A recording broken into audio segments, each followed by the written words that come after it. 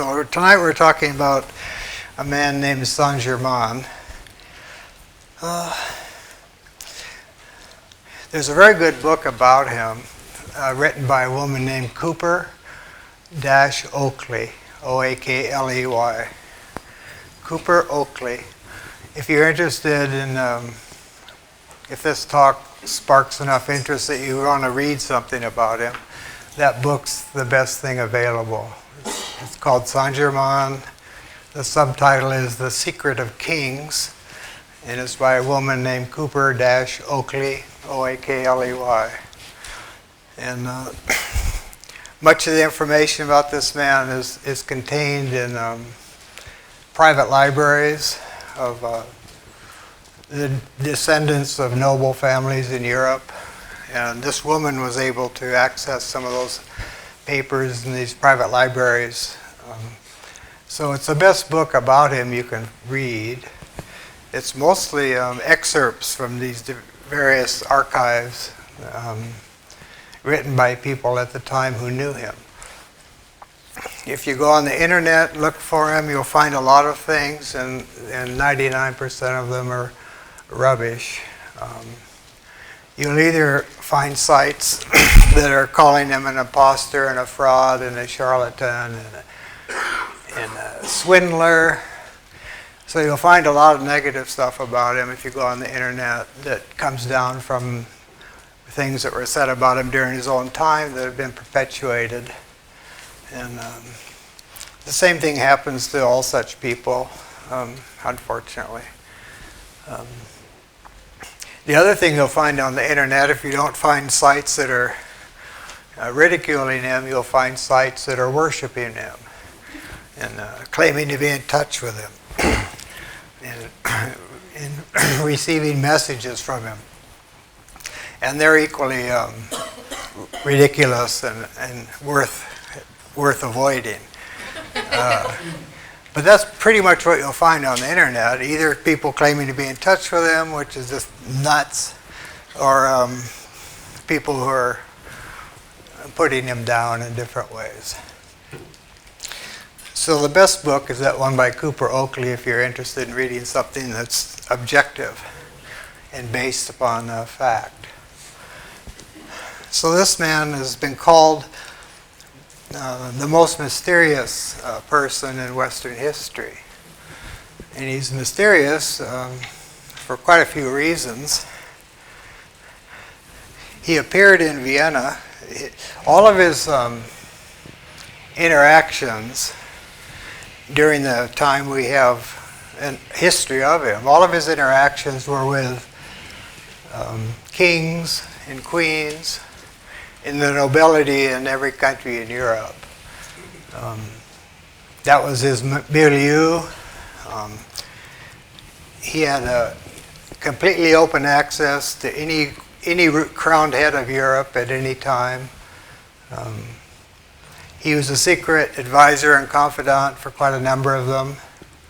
And a lot of what we know about him is based upon what various kings and queens and ladies in waiting wrote down about their experiences with this man. It's said that most of what he did in Europe in the 18th century didn't get written down by the people that knew anything about it. He appeared in Venice in 1710.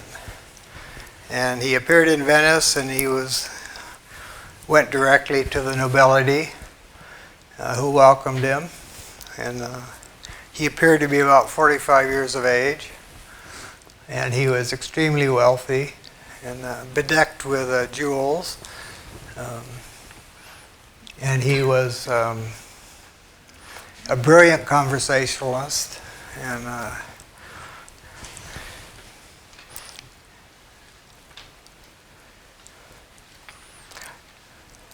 he left Europe, still looking 45 years old, in 1822.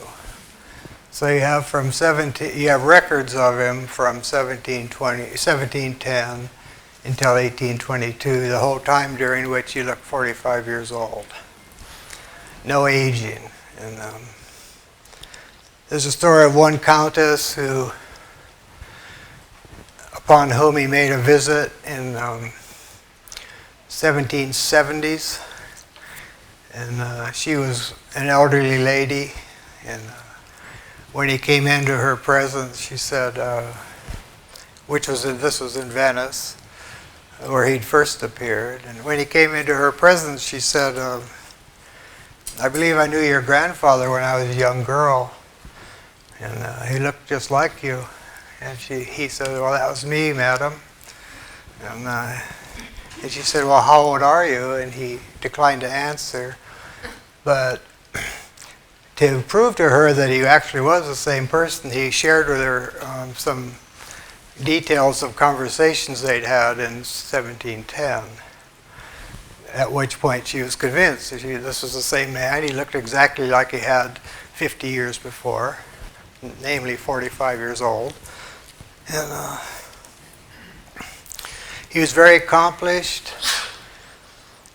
Most of what he really did isn't really a part of history, as we mentioned. But he was very accomplished. He played the violin as well as Paganini, and this was observed by people who had heard both of them play the violin, and he played the violin as well as Paganini. He could hear a complex musical piece played, and he could sit down at the piano and play it perfectly, just having heard it once. He did paintings that were better than anything anyone had ever done, and his colors were just astounding, and people couldn't figure out how he was producing these colors. Even the leading artists of that day asked him for the secret of his colors, which he never gave. He composed music, classical music. So one of his compositions is in the hands of the Tchaikovsky family. Several of his musical compositions are in the British Museum.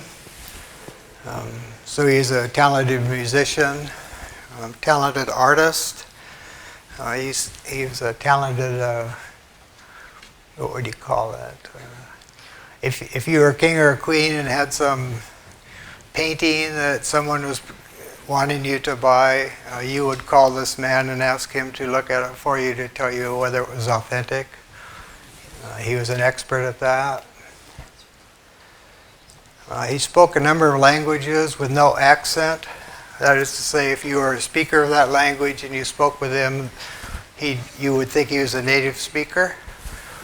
He spoke French, Italian, Spanish, Portuguese, English, Greek, Sanskrit, Arabic, and Chinese, all like a native speaker.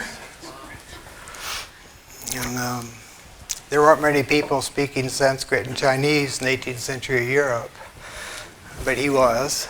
And he astounded people with, there are a lot of stories about his stories. You could apparently, and this was all among, in the courts and palaces of nobles and so forth, but you could probably apparently spend an entire evening with him and he would be talking about intimately in detail about something that may have happened 500 years before. And some famous people, he'd be talking about some conversation he'd had with them in great detail. And apparently when you were listening to this, you had the distinct impression that you were kind of there. He was just telling you what it was like to talk with so-and-so 500 years before about such and such. He said he'd been on good terms with Cleopatra and the Queen of Sheba. And the thing about it was that his listeners believed it because of the manner in which it was being presented. And he wasn't bragging or anything, he was just kind of talking, an evening's conversation. There was one famous evening when he was talking about something that happened a number of centuries before, and he stopped, and he had a man that was with him all the time, kind of his helper or whatever you'd want to call him, but this man who was with him all the time. And in the middle of one of these conversations, he stopped. He was talking about something several centuries before. In the middle of one of these conversations, he stopped and turned to his man and said, did I get the details? I'm not sure. Are those details correct? And the man said, well, I think I've only been with you for 500 years, and I don't recall that story, so it must have been my predecessor. Now, these are things that got written down by the people who heard them, who took them seriously. And these are educated people. And then he would do things, and these are just commonplace, and everyone who met him had stories to tell of the fantastic and the mysterious, and he would do things like, on one occasion he asked somebody to read him a poem, a fairly long poem, and he had 2 pieces of paper and a pen in each hand. And as the person read the poem, he wrote it down with each hand on 2 separate pieces of paper. So when the poem was completed, he'd written down the poem on 2 separate pieces of paper. And then he had the person present pick up these 2 pieces of paper and put one on top of the other and hold them up to a window. And the handwriting was identical. There was absolutely, it could have been one thing. He was also known to write a piece of music with one hand and a diplomatic document with the other hand simultaneously. And all these things were witnessed.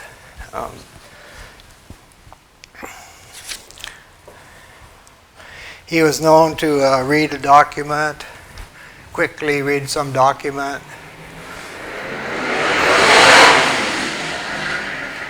It's not always about reading. Yeah, he was known to quickly read a document, and then months later he could tell you what it said verbatim, just totally verbatim. And people would bring him sealed letters, some letter somebody had written to him, and they'd hand it to him, and he'd tell them what was in it without opening it. And he had the disconcerting habit of answering people's questions before they asked them. According to one person who got to know him rather well, he also had the disconcerting habit of appearing in your living room without, quote unquote, without using the conventional means of the door. He would just suddenly be in your living room.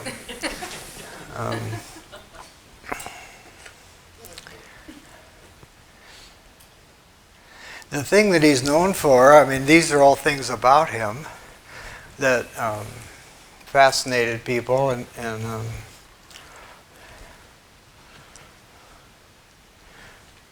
everybody wanted to be around him, apparently. He was very kind. The descriptions of him by people who knew him, he's very kind, he's very compassionate. He put people at their ease, in spite of the things we've been mentioning, he put people at their ease. There was nothing peculiar about him at all. He was on intimate terms with Henry the 15th of France, the King of France. They were very close, and Henry the 15th was himself a student of the so-called secret sciences, and he gave Saint-Germain a part of one of his palaces to live in and set up a laboratory, an alchemical laboratory. And in that space of time, when he had this laboratory in the palace of one of the palaces of the King of France, the king himself was one of his pupils. He took on some pupils. The king was one of them, and the woman who was the mother of Catherine II, who was going to probably assume the chair of Tsarina of Russia, her mother was another one of his students. at this time. And there are quite a number of notable people who were around him in this laboratory. And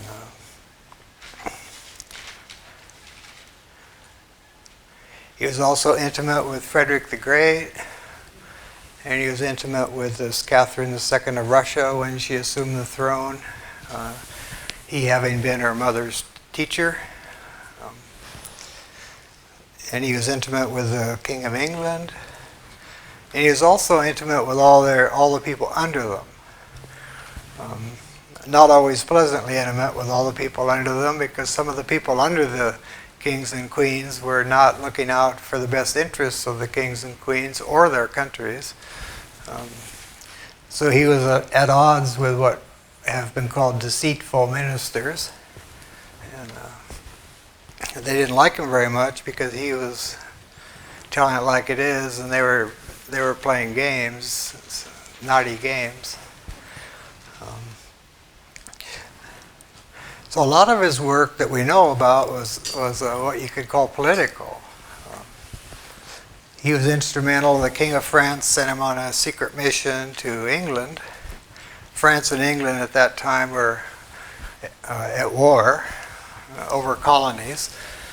So the King of France sent him to England to see if the King of England would be interested in making peace, and because there was a lot of bloodshed going on. And in spite of resistance from the prime minister, so to speak, of the King of France and of England, in spite of their resistance, he was able to bring about a peace, which did get into the history books, but the peace itself gets into the history books. If you study that period of history, you'll see the peace between France and England, and it has a name, but you won't hear that Saint-Germain is the one who brought it about. He also, once Louis XV passed away, the King of France, Marie Antoinette became the queen, and for her whole life she'd gotten anonymous letters. Since she was a little girl, she'd received these anonymous letters at various points in her life, which had warned her of certain things to be on the lookout for, advice as to how to deal with certain situations. These letters would just appear for her, and they'd be anonymous, and they'd always helped her in critical times, and she had no idea who they were coming from. So when she assumed the throne, Saint-Germain presented himself to her, indicating that he was the author of these letters she'd been getting her whole life. And he warned her that there was a revolution afoot, and he said in some sense it has legitimacy behind it because of the suffering of the masses, because the masses were not being looked after by the royalty at all. So they were getting upset, and there were people stirring the pot, so to speak. So he made Marie Antoinette aware of this, and he told her that he needed to see the king, but he was aware that the main deputy of the king, he told Marie Antoinette that this man who's the main deputy of the king and has the king's ear, and the king only does what this man tells him to do. He told Marie Antoinette that this man is actually plotting the down throw of the monarchy. So you have to get me into the king without this man being present. I need to speak to the king because there's very serious things on the horizon for France. And Henry XV, who'd passed away at the very end of his life, he said, "After me, the deluge." So he knew it was coming, but he'd been Saint-Germain's pupil, of course. So Saint-Germain kind of told the Queen in a general way that something very serious is in the works, and I need to speak to the King because there's still time to make certain reforms and to head this off. But I have to see him independent of this minister of his, who's actually plotting his downfall. And the King, according to Saint-Germain, was like a really nice person, a really good person, and a real naive person. So he had this minister who was Machiavellian, who was kind of running these numbers on him, and he didn't know it. And this is the kind of thing Saint-Germain wanted to point out. So to make a long story short, this meeting never occurred because this minister headed it off. So he never got to speak to the king. So he told Marie Antoinette specifically when the French Revolution would occur, the actual date, and who would be beheaded in what order of the monarchy and the royal family. And he gave her 3 chances to have him meet with the king, and it didn't happen, so he told her, it got to the point where he said to her, tomorrow the monarchy will be no more, and my hands are tied. I've done all I can do, and I'll be leaving France. And you'll have a revolution, and it'll be a bloodbath, and there'll be thousands of people slaughtered. And a man named Robespierre will be in control. And after him, a young man, at the moment a young man, will grow up and he'll be in control, and his name's Bonaparte. And after Bonaparte, you'll get a lot of clever, scheming people following him, and you'll have a lot of French governments, and they'll all be corrupt. And he said, I leave France now. And he left, and exactly what he said would happen happened, exactly when he said it was going to happen, right down through and after Bonaparte.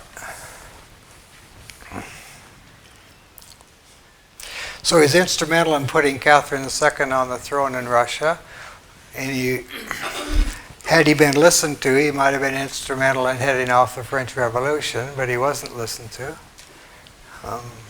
But all these things he said about it were all written down at the time.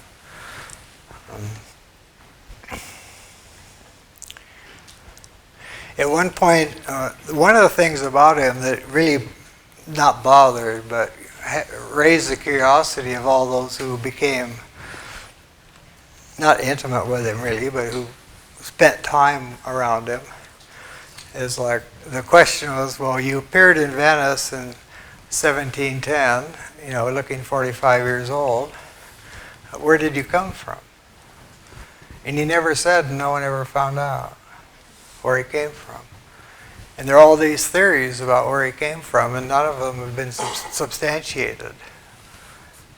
It's thought, I guess he hinted a couple of times that he had spent a lot of time with the Medici, the last of the Medicis, who are a family, European family, very, very prominent, had been very involved in politics, but also in the mysteries. So it was thought that he'd spent time with the Medicis. During the 112 years that we have recorded of his activities in Europe, he went twice to India, where he claimed he'd been many times before. He went with General Clive on one occasion. And it was in India, he said, he had this ability, he could grow absolutely perfect pearls. He knew how to grow them. And he also knew how to, and this was witnessed, he could do things like take a number of very small diamonds and perform a process on them through which they became one large diamond of perfect splendor. And a lot of these jewels that he, in effect, made still exist, along with an account of when and how he made them. And he said he learned this art on his second trip to India, this art of forming one jewel out of a number of small ones. At one point, Henry XV had a ring with a huge diamond in it, as kings might be wont to do. He had this huge diamond, and it had a slight flaw in it, which was visible if you looked really closely, apparently. So he asked Saint-Germain, he was Saint-Germain's pupil after all, so he asked Saint-Germain, is there anything you can do about the flaw in this diamond? And Saint-Germain had him hand it to him, and he held it in his hand for a while and handed it back to him, and the flaw was gone. And this was witnessed. He had elaborate banquets. He put on these elaborate banquets. And if you were invited, you got an invitation, and it would be all around the edges of it would be gemstones. That was your invitation to the banquet. And you go to the banquet, it would be just totally lavish. Only he wouldn't eat. And no one in the 112 years that people knew about him in Europe, in that whole period, no one ever saw him eat. And he did eat, he said, but no one ever saw him eat. He never ate. When Henry XV asked him to, set up a laboratory in this palace, he said, I'll do it on the condition that I don't have to share food, but I don't have to eat with the rest of the people, which is fine. Presumably he did eat, but no one knows what. He was at least 112 years old, and 45 when he appeared, so he had something going in the way of nourishment. It's also been said that he had a tea that he drank, that he made out of some concoction that he himself made, and he would occasionally share this tea with somebody, and they would feel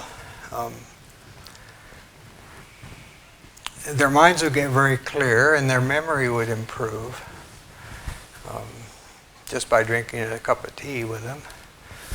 And one woman, on one occasion, he asked this lady, who was quite attractive and proud of it,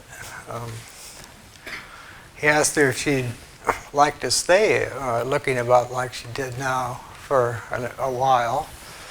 And she thought he was jesting, but she said yes. So he gave her this a very small, like, cup of some fluid to drink, and she drank it. And she herself didn't age for the next 40 years. And this was witnessed by her family. And she did begin aging, but she stayed the same for 40 years, but looking about 25. And,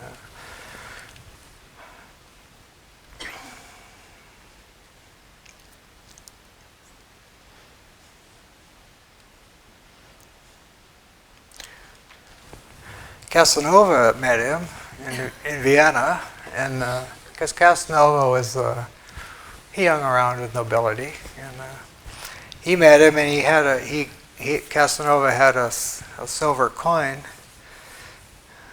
and I don't know, he had it in his hand for some reason, and Saint-Germain asked him for the coin, and he gave it to him, and he handed it back to him, and it was a gold coin.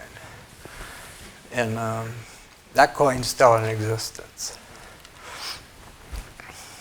But he wasn't really about tricks. I mean, these are just stories about him, what it was like to be around him. But it's much more relevant is what he did with Marie Antoinette, the French Revolution, what he did with Catherine II in Russia. Those are more, fundamental things that he was a part of.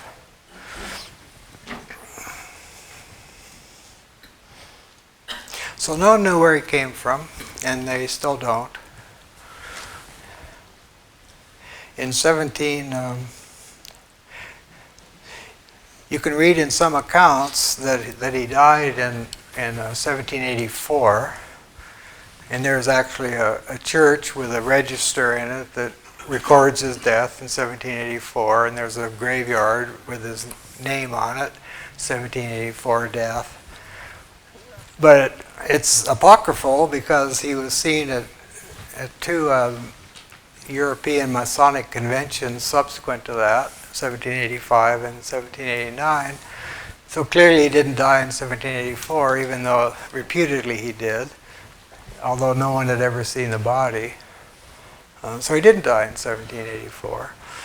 He in 1822, well, actually around 1820, but the last 2 years of his life he spent with a German prince who was another one of his pupils and student of alchemy and sacred sciences. So he had a castle, and the last 2 years that we know about Saint Germain in Europe, he was with this prince, quote unquote, studying alchemy. And he said to the prince one day in 1822, he said, "I'll be leaving Europe now, or shortly. I'll be leaving Europe shortly." He said, I need rest, I must rest.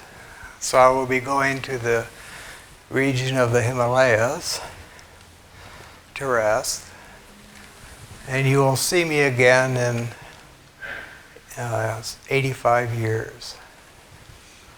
And 85 years from the day he said that was 1875, which was the inauguration of the Theosophical Movement in America and India and Europe.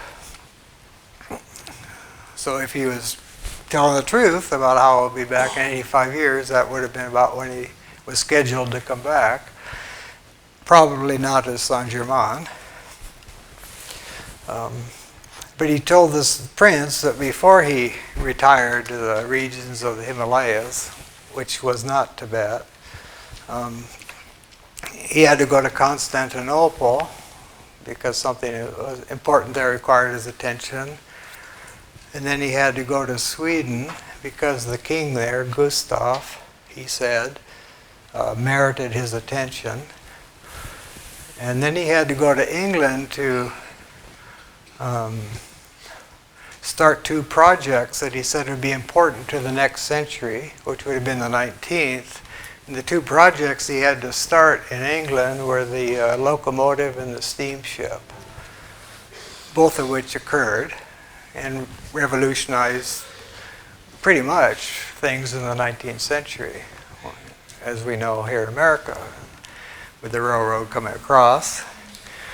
So he was apparently responsible for the railroad and the steamship as well as all this other stuff. And, at least that's what he said he was going to do before he retired to the Himalayas.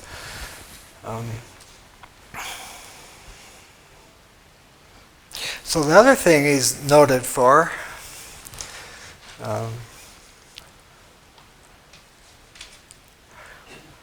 at that time in Europe, well, I want to mention something else first. Some of you have been coming to these lectures enough so that you know we've been discussing periodically different people who are apparently part of a plan started in the 14th century by Tsongkhapa in Tibet to send someone to the West in the last 25 years of every century for 7 centuries.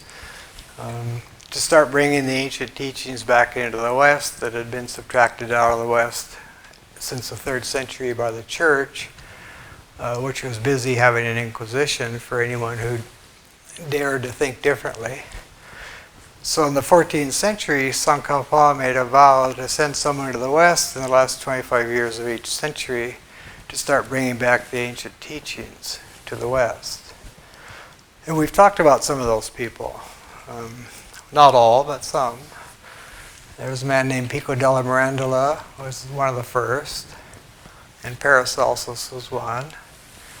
And in the 18th century, there are a number of them. There was Mesmer, who we talked about, who still isn't understood.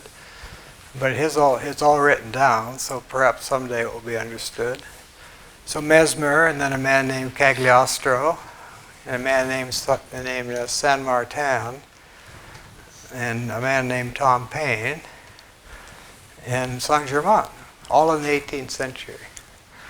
And according to some documents, Saint-Germain was in charge of the others, Mesmer, Cagliostro, San Martin, and Tom Paine. He was kind of in charge of it in the 18th century. Some of you who heard the lecture on Mesmer know that he was involved with something he called magnetism, by which he effected seemingly miraculous cures without touching people, using what he called magnetism. And he was taught about magnetism by Saint-Germain, and then having been taught about it by Saint-Germain, he became quote-unquote Mesmer, the rage of Paris and other countries, until he got slandered.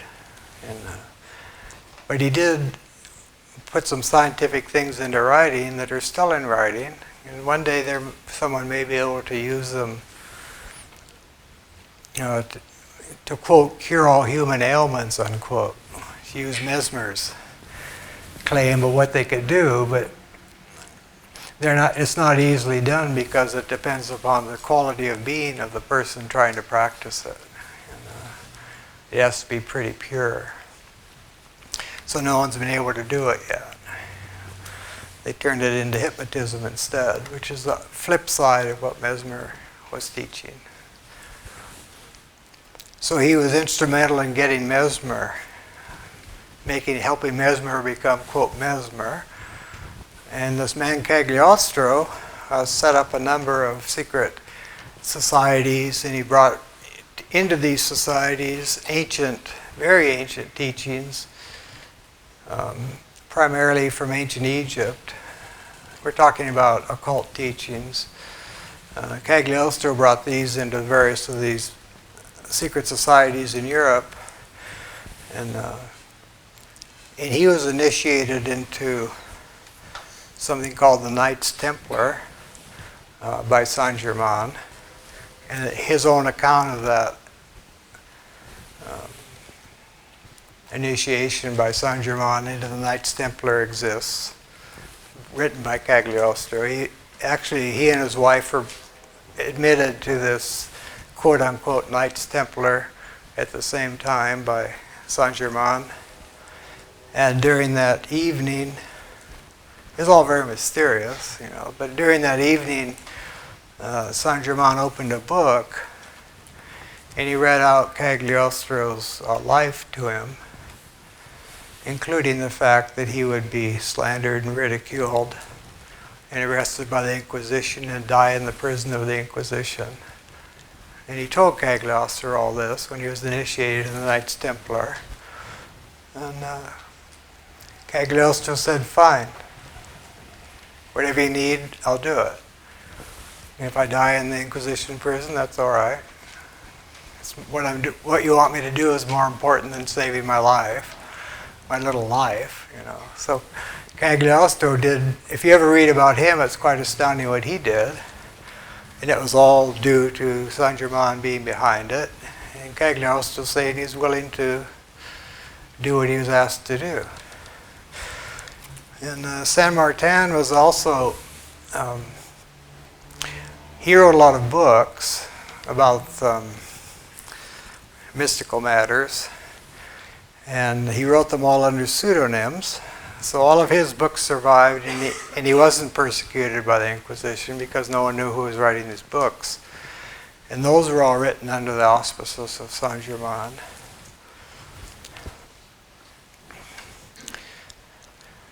In that period in Europe, as I say, there were quite a number of what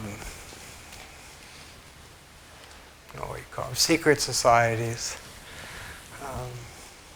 There's the Knights Templar.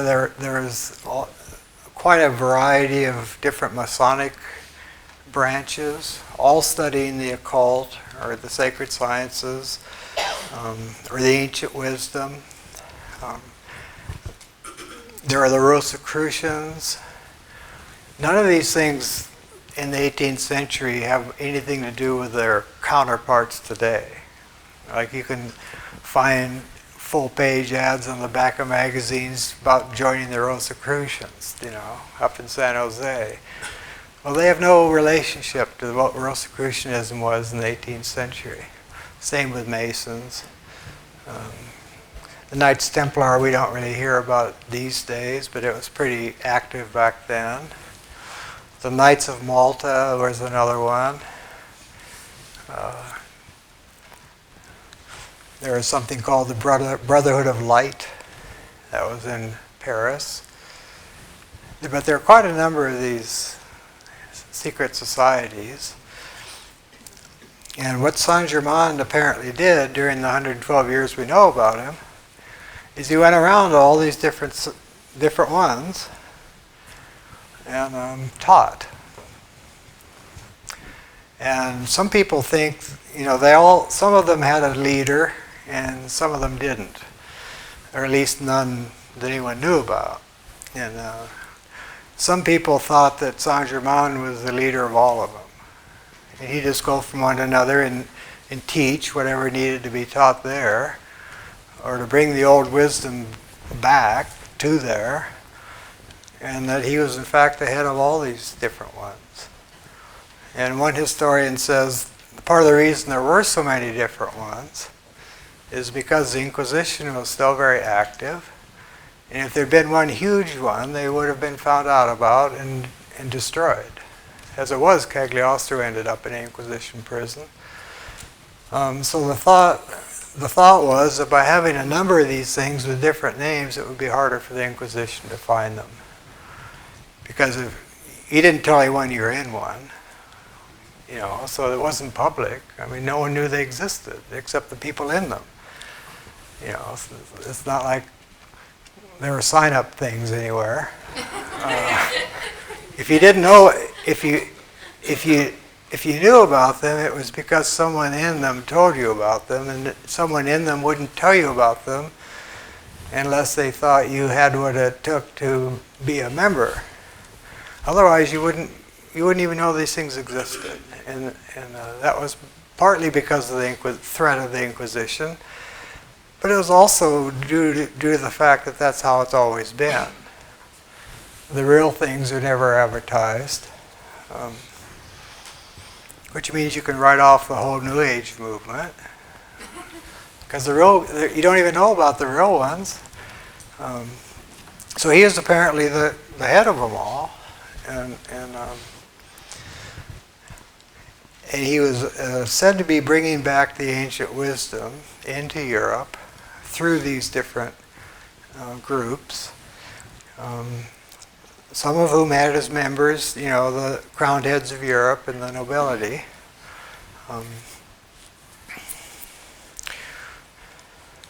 The Rosicrucians were started by a man named Rosenkreuz, who was a mystic and a Kabbalist, a student of the Kabbalah, mystical, and a student of the ancient Eastern wisdom, this Rosenkreuz, and he started the Rosicrucians. It was a secret organization, so no one knew it existed.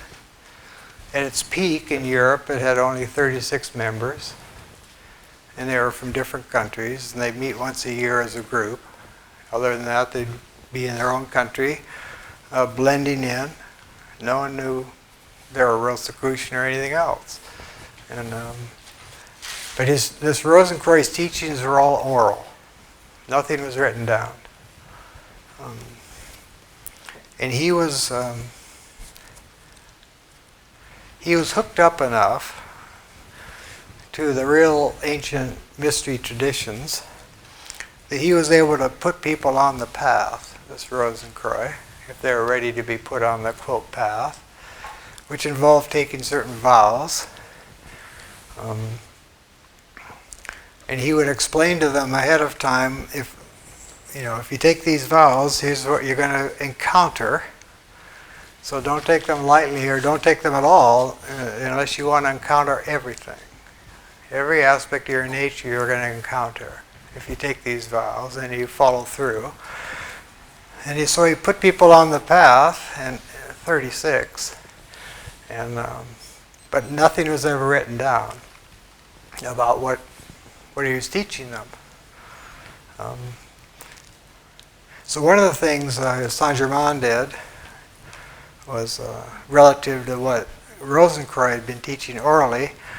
Saint Germain wrote it all down, but he wrote it all down in a cipher.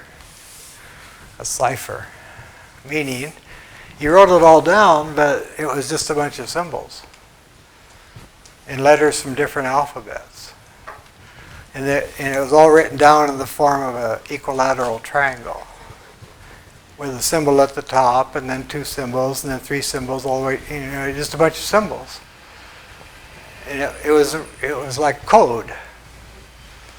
And if you had the keys to the code, you'd be able to learn what Rosenkreuz taught orally to his pupils. But if you just looked at what he'd written down, it would be meaningless, just meaningless. Much worse than a complicated mathematical formula. One man who attempted to decipher it, who is an expert cryptologist, he said you've got symbols there from every ancient tradition. You've got letters there from every alphabet known to man. You've got things go upside down. You've got things backwards. You've got things that go along and then suddenly turn into something else. And he said, I spent months on it, and I was able to make out one or two words, fine, after months. And this man's an expert on this kind of document. This document still exists, this summation of Rosicrucian thought into a cipher.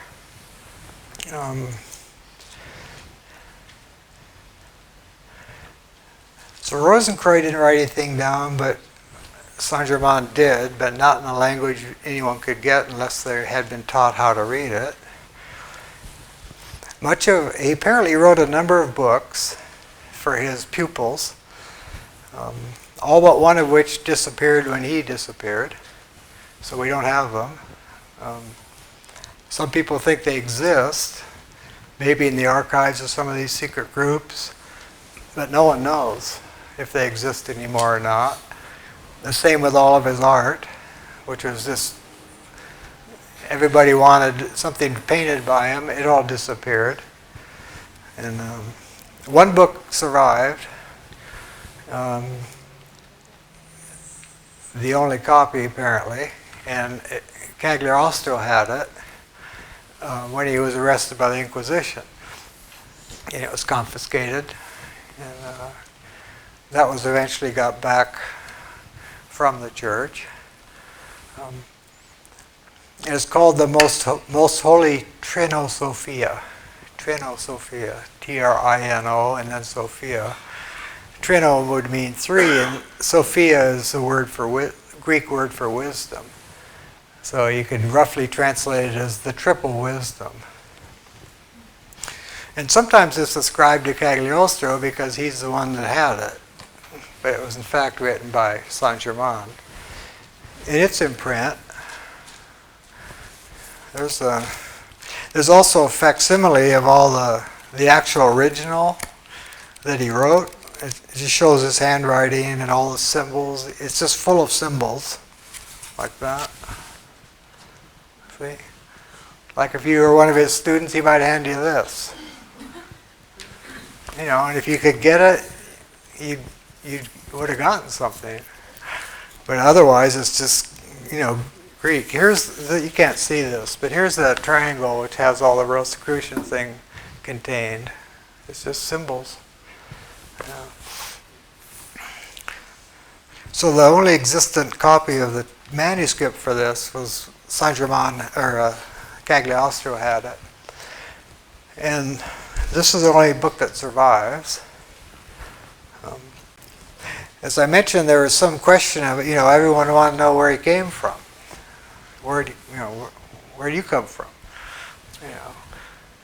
And he told these stories, about Queen of Sheba, or it's like, who knows? But at one point, somebody asked him who his mother and father were, and he said his father was the secret doctrine, and his mother was the mysteries. Capital M. Yeah. So he was a student of what he called the secret doctrine, which was to be the title of Madame Blavatsky's primary writing 100 years later, called The Secret Doctrine, which he said was being translated from an unknown language called Senzar. Some portions of this ancient Senzar thing written on papyrus was being translated by her,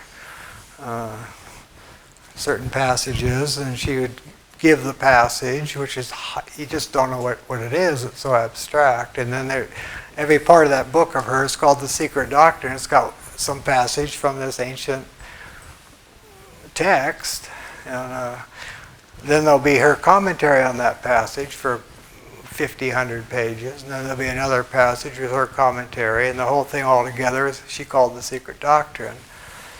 And she said these teachings are as old as mankind. They're as old as mankind, she said. She said everything that can be known has been known from the beginning. It's way back before what the West calls recorded history. And she made reference to things like Atlantis, which was apparently a civilization as advanced as we are, of which there's no trace. And Lemuria, which is similarly advanced, of which there's no trace. So it's easy to say this is just hogwash. But the point is that whatever can be known has been known way back before we even have a record of history. So the book of Ecclesiastes says there's nothing new under the sun. There's nothing new under the sun. And this knowledge, and we're not talking about empirical knowledge necessarily. We're talking about spiritual knowledge, but that would include mastery over all the forces in nature. So you find texts, 5,000 years old in ancient India talking about atoms, which we think we discovered in the 20th century. And they're talking about it 5,000 years ago, and they're talking about how they compose things and how they can be controlled by a sage.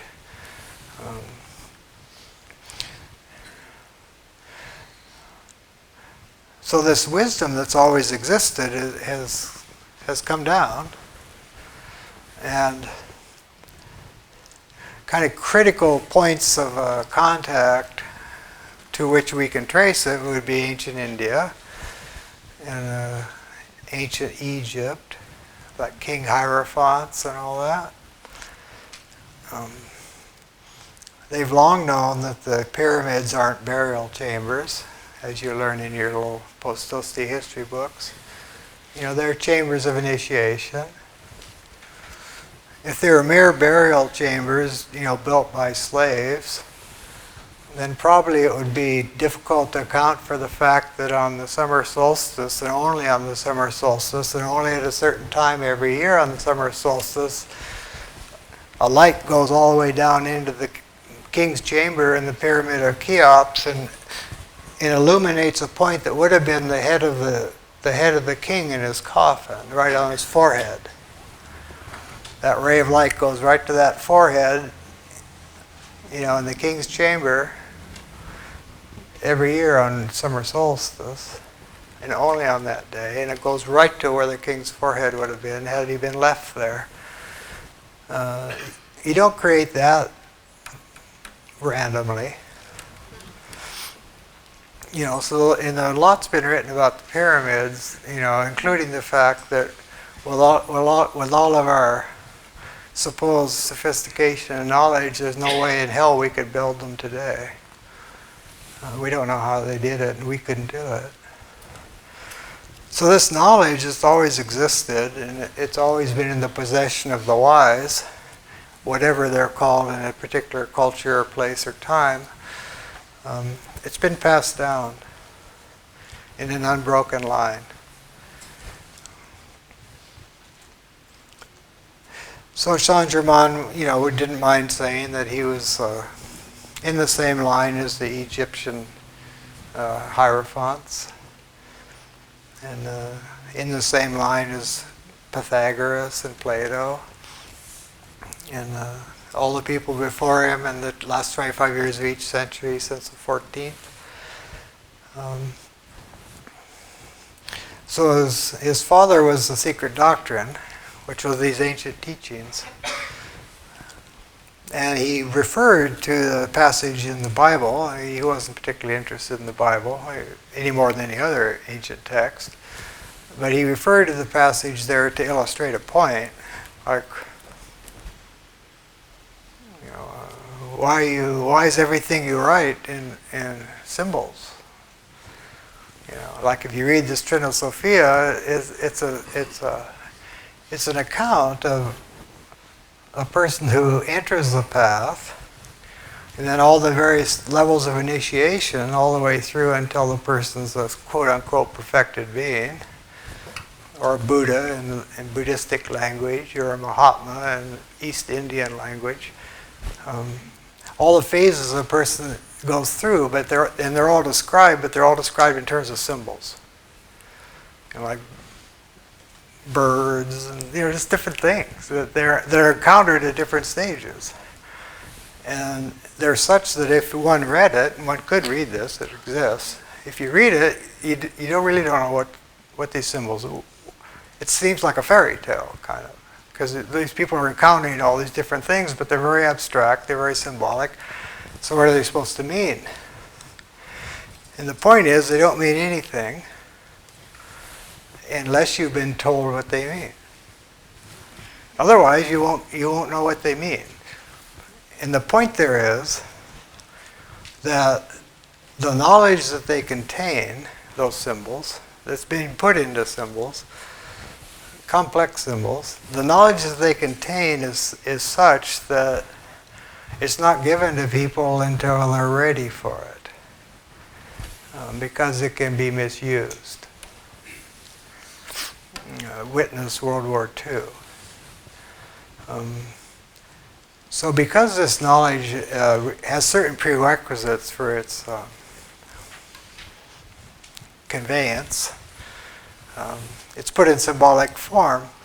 And he mentions that Jesus says to his disciples at one point in the New Testament, he says, "To you I give the keys to the kingdom, but to the multitudes I speak in parable." And it's like that, To the multitudes, symbols, but without the keys. Because this knowledge is secret, and it's only to be conveyed to those who are properly prepared to receive it.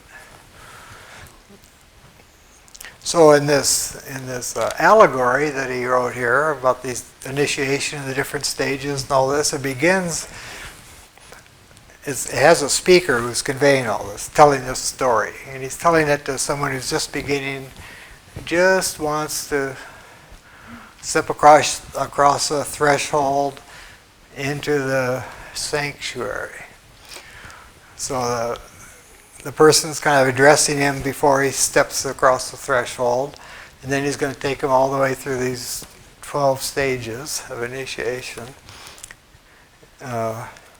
So he tells him before he steps across, he says there are two things you have to be very mindful of right at the beginning, or you may as well forget it. One of the things you have to be mindful of is misuse. if you misuse anything you learn here, the consequences are very dire. Like, let's say some of these fools in the New Age movement, who are trying to master something like astral projection or, just this stuff. Well, those things are very easily misused, and if people aren't prepared properly, they will misuse them because they have not overcome their personality yet. So their personality is going to want to grab hold of any kind of power that they might get and to use for their own end.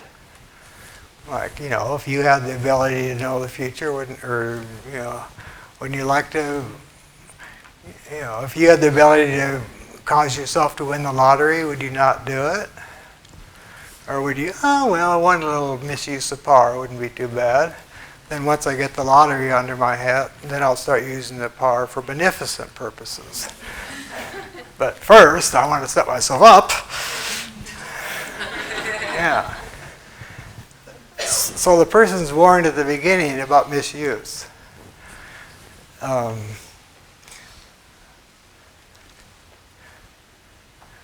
good karma to misuse it. My teacher once said, this is a little risque, but he could be risque from time to time. He once said, there were a bunch of us sitting around, males on this particular occasion, and he said, it's probably not a good idea to go to bed with some woman claiming she's sleeping with Krishna.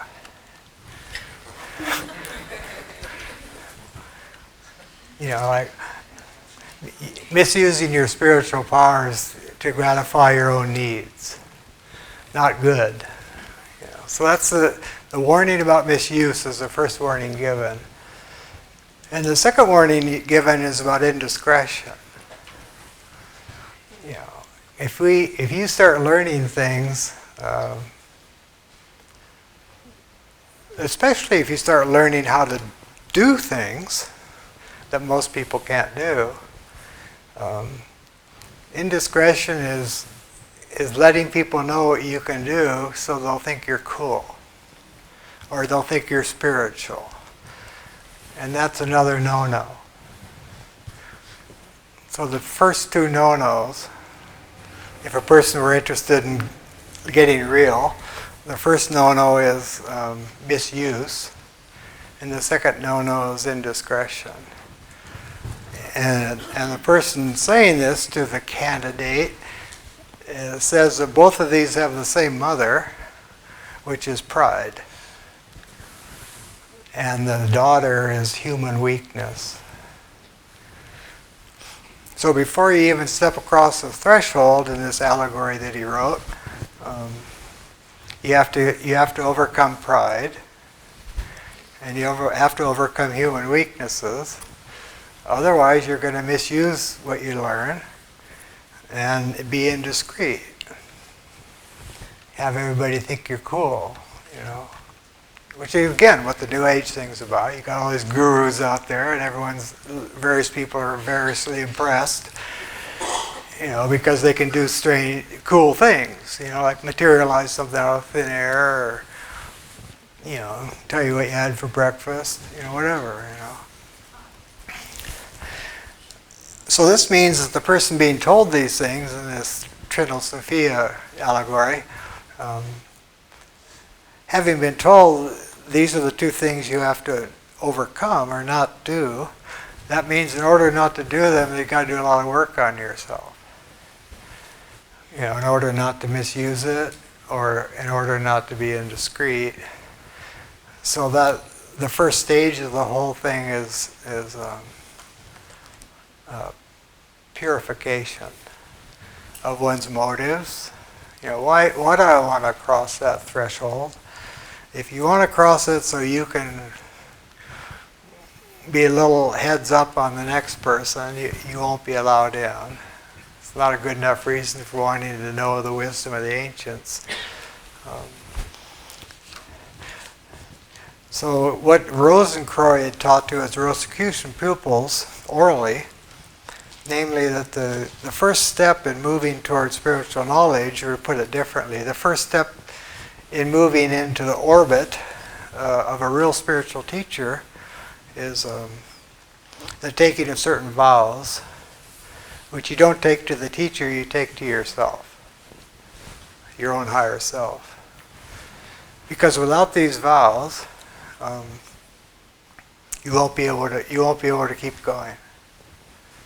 You know, the weaker side will give you a reason to quit. Oh, no, it's just too hard. You want to do that. Plus, no one knows you're doing it, so you're not getting any, PR out of it. And plus, who wants to, be on the alert all the time for what the mind's up to? Not only be alert to what it's up to, but actually learn to train it to be up to what it needs to be up to, and not what it seems to want to be up to on its own. Who wants to do that?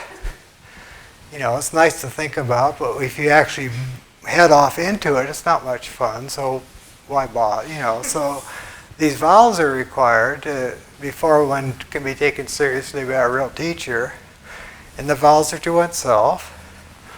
And the interesting part is that if they're taken,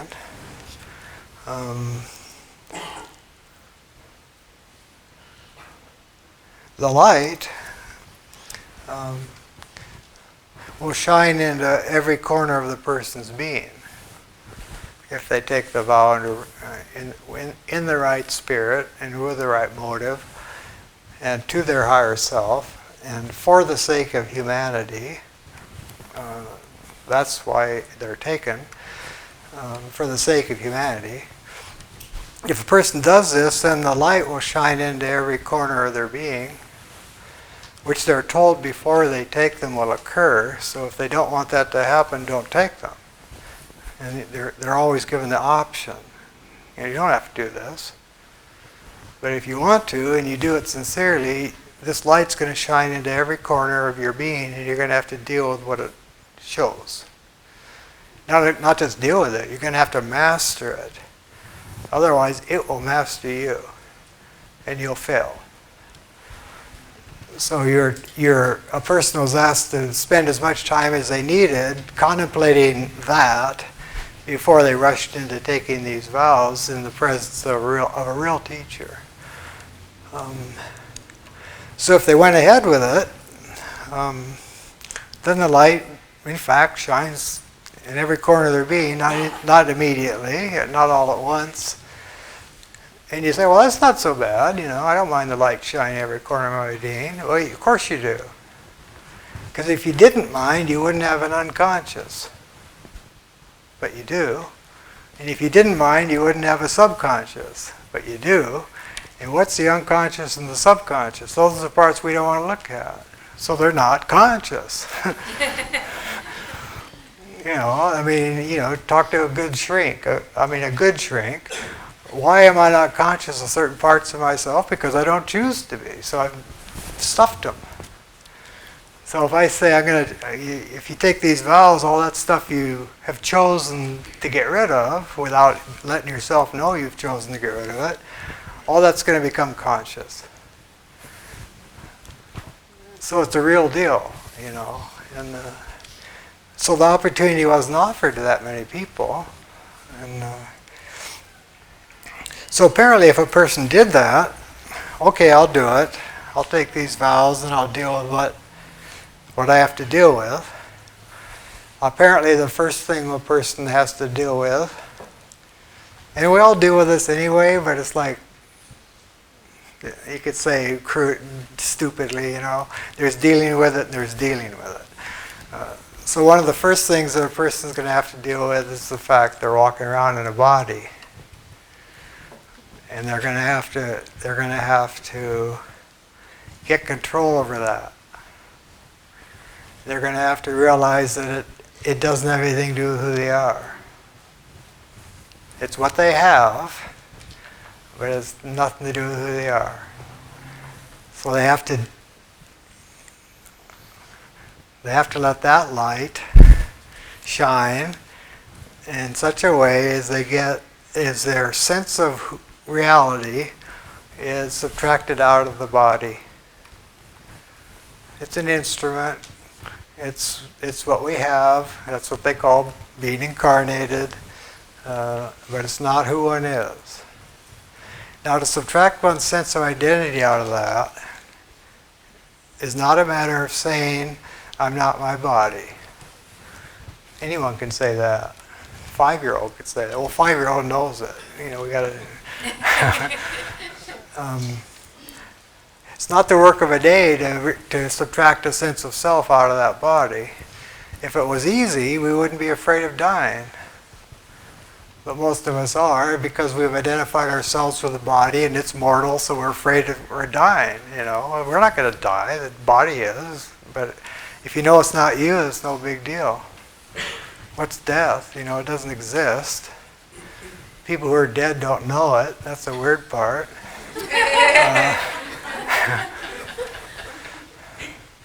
That gets into the Tibetan Book of the Dead, things like that. So one of the first stages is withdrawing identification with the body. It's not just the body, and it's not like the body's bad. It's not bad. It's just what it is. It's not good or bad. It's just there. But to withdraw identification from it is more than just say, you know, okay, I've like some head trip. It's like to withdraw identification from it is to withdraw identification from what it experiences through its 5 senses. So if a person starts to withdraw their identification from the body in a real sense, they're withdrawing the sense of reality from the 5 senses. I.e., things aren't what they seem. Things aren't what they appear to be. Things aren't what they sound like. Things aren't what they look like. It's all there. The sounds are there. The sights are there. The touch is there. The smell is there. The taste is there. The touch is there. But none of that's real. It's real in the sense that it's there. But it's not wisdom. It's got nothing to do with wisdom. It's got nothing to do with that which doesn't change, which is what wisdom's about, the changeless. So to withdraw identification with the body is also to reinvert or to reevaluate one's sense of reality based on the 5 senses, which most of us will get knocked out at that point. Because it's not easy to develop a sense of reality independent of all this, when for most of us this is all we know. You know, this is it.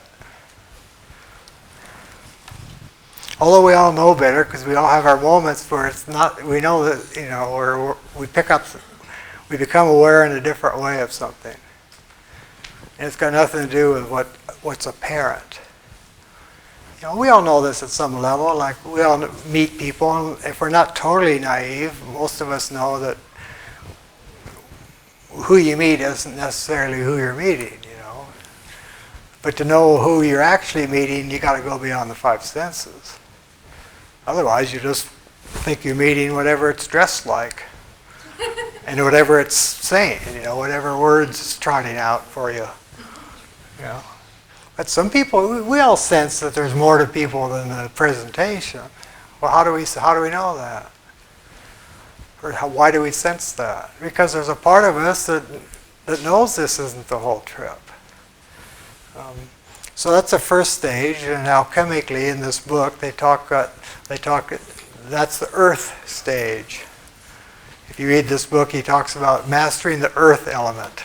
That's the earth element. It's not soil, you know. It's like mastering the physical plane. In such a way that we're not at its mercy and we're not identifying ourselves with it. And the test of that, okay, I've mastered it. Next. The test of that is that one's consciously immortal. If you've really mastered the physical plane, then you're consciously immortal. So If you're consciously immortal, not believing you're immortal, that's separate. That's a different thing. If you're conscious that you're an immortal being, then you've ceased to identify with the body. Obviously, you know. But it's something you got to work with. Here you are in it.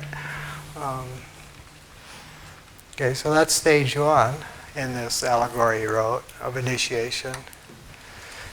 And if a person can kind of not be at the mercy of their body and its desire and its trips, you know, the person might keep talking like the rest of us talk. Like if they get a cold, they might say, "I have a cold." But how they'll actually compute that is, you know, the body has a cold. You know, the body's tired. They won't talk that way, typically. They'll say, "I'm tired," but they know that the body's tired, needs the rest. You know, it has a cold. You know, it's got a broken leg. You know, these things happen, you know. Bodies are vulnerable. It's getting old. It's starting to ache. It's, you know, the destroyers are gaining ascendancy over the builders, otherwise, AKA going downhill. Yeah. But a person who knows they're not their body isn't going downhill, but their body might be, you know. So they might talk like the rest of us. "Oh yeah, I'm getting old," but they don't mean it. They're not getting old. They're timeless. That's the secret. We're all timeless beings, you know, but we don't know it. Because we're identified with these things we're walking around in. So then the next element the person has to deal with is water. So a person reading this, they're going to think, "Oh yeah, earth, water," you know. And water has to do with what, you know, the English language is hopeless when it comes to this sort of thing because we don't have the words for it, like Sanskrit does, for example. Like for every one word in Sanskrit for material things, English has 14 words for material things out here in the world.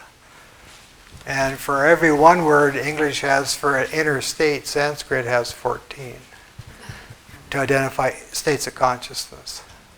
Because they've explored it. That language comes from people who had mastered consciousness. And that goes back, like we were saying earlier, you know, nothing new under the sun. So the second element is air, water, has to be mastered. And that has to do with what, you know, the only word we have for it in English is feelings, emotions, watery.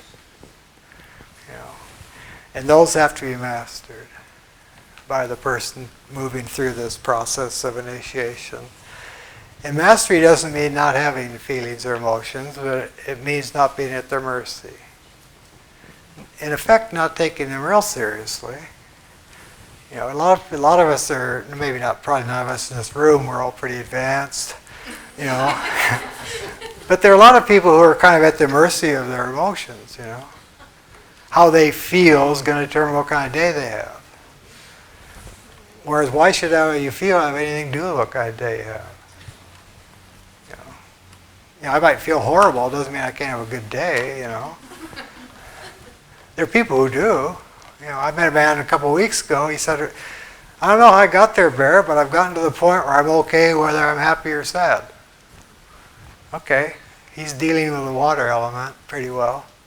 He's not at its mercy. You know. So again, it's having a sense of self independent of the emotions. Even though the emotions occur and there's nothing wrong with them, they're not condemned or anything, but they're not where it's at. The sun's not having a lot of emotions. The moon, the birds, you know, they operate without it pretty well. You know, they're not at the mercy of it. So that's another whole stage.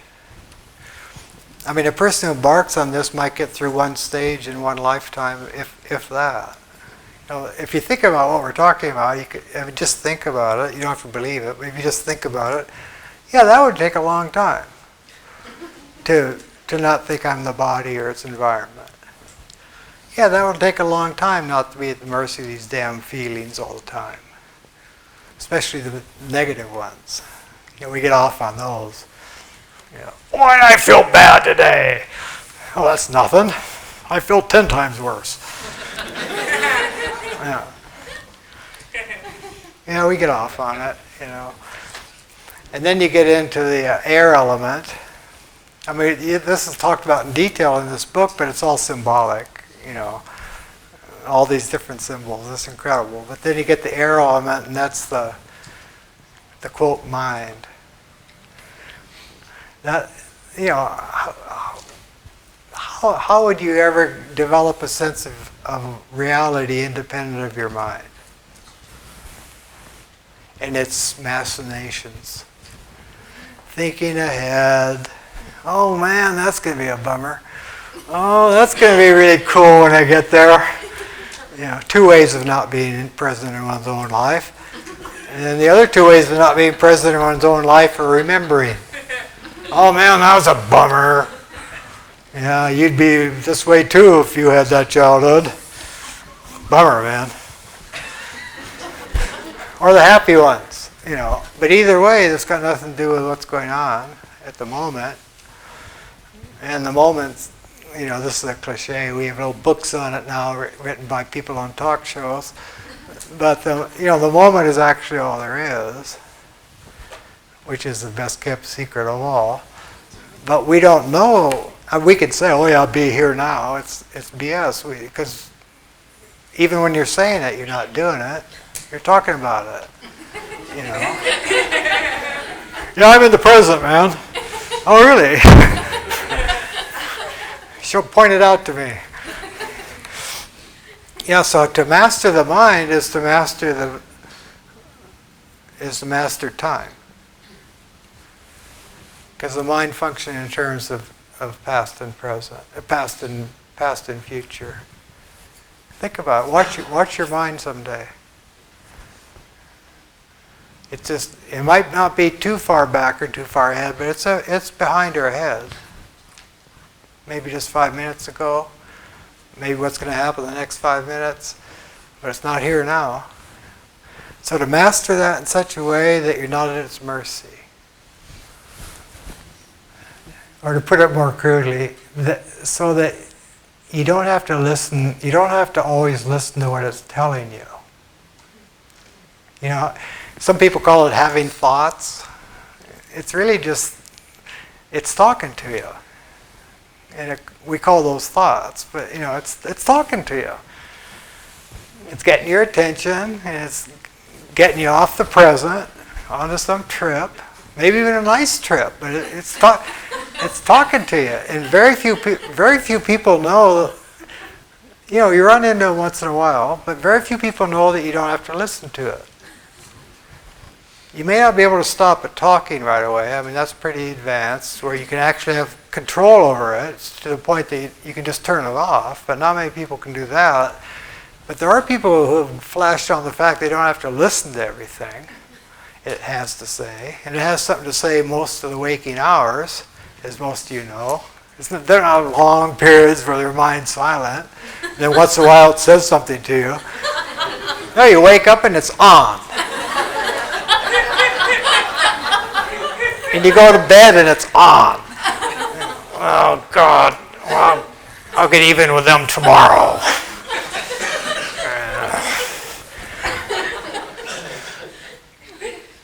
Or that was such a wonderful day, the rest of my life's downhill. I just know it. And it will be, So imagine controlling the mind, the air element. Now, if you read this, it'll just talk about air and birds and stuff in the air and wind. They're just talking about the mind, And I know a guy, he's he looked at his mind. He looked at his mind as a committee, because it's not just they're different voices, Not literally like you're schizophrenic, but They're different voices, different messages come in, and they're not always the same. So this guy started referring to his mind as his committee. And he said, well, Barrett, what I do is, if I'm trying to deal with something, and the committee, various members of the committee have something to say, I just say, welcome, have your say, and I listen to all of them. And when they've all had their say, I thank them for participating, and I close with a prayer.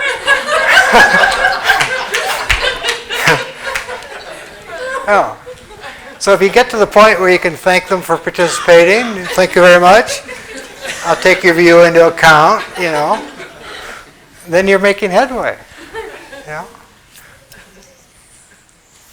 I know another person who actually, when he's trying to think something through, he'll actually ask, are there any views?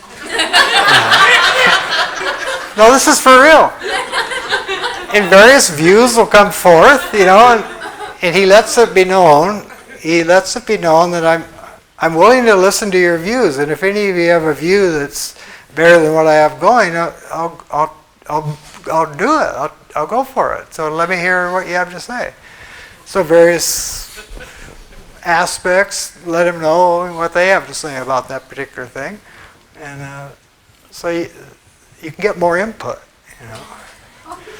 because it's not all bad. Some of it may be better than what you had going already,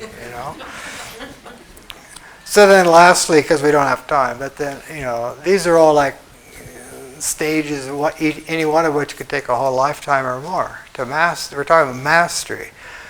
So the final one would be fire. These are all being interpreted on a low level too, because they're higher levels of all these elements. But fire would be the desires and the appetites and the passions. To be able to control that fire and not be at its mercy. And that's where most people are gonna lose. Because you can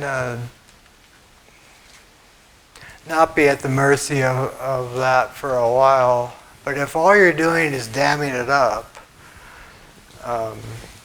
the dam will break. It will break. Which is why any real teacher will tell you don't dam it up. You've got to transmute it. Passion into compassion. So you have to find what the calm is to put before the passion. Because you can't do both. You can't truly be compassionate unless you've transmuted the passion into compassion. Otherwise, it's just a game. Because if you want to put it in terms of physics, the energy can't go everywhere at once. If you're talking bottom line, you're talking energies. Well, they can't be going toward compassion and simultaneously going toward passion. So it has to be transmuted, which is why they call it alchemy. It's not about turning lead into gold. It's about turning the lead of our lower nature into the gold of our higher nature. Transmuting passion into compassion, hatred into love.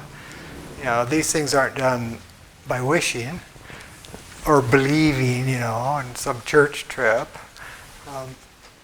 But the nice thing is, get back to Saint Germain, who talked about all these things we're talking about just the last 20 minutes. There are teachers that exist who are actually willing to help us learn how to do these things. And they always have, and they probably always will. But we have to kind of decide what we're about, what we're really about.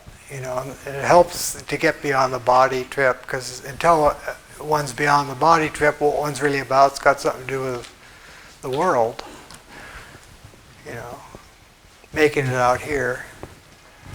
But as any person on their deathbed will tell you, no matter how successful out here has been, when you're in the process of dying, it doesn't mean a damn thing.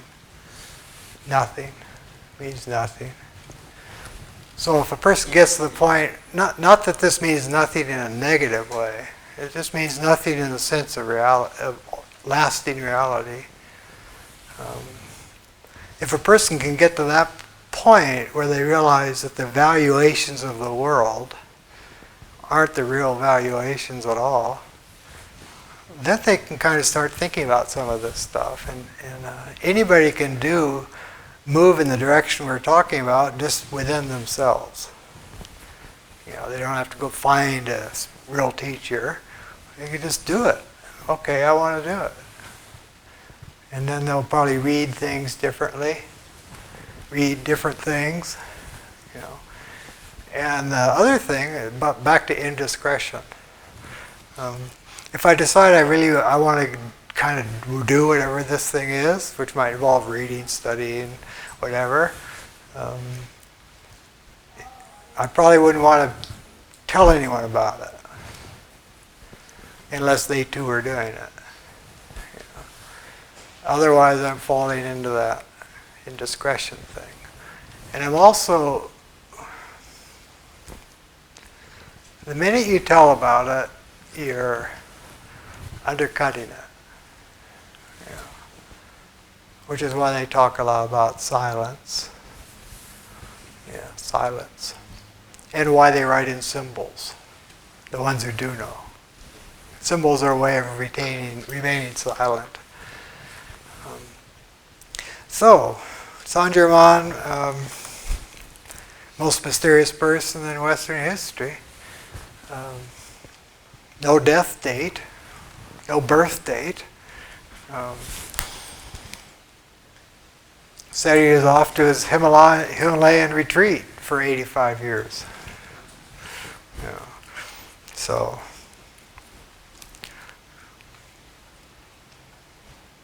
such is real history.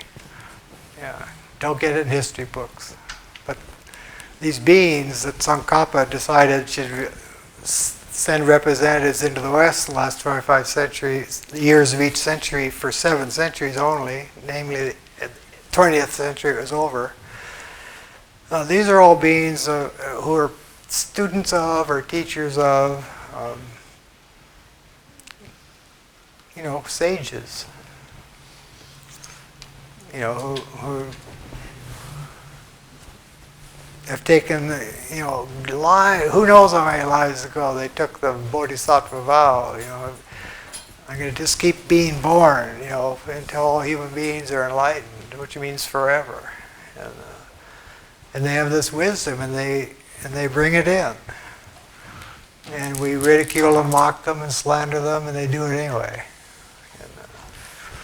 And they'll keep doing it.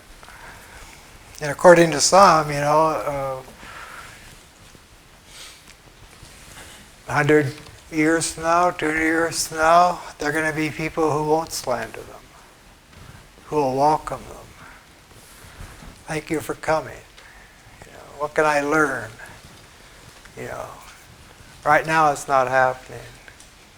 We're just too full of darkness, and we're too scared of knowledge. So we rather ridicule it than listen.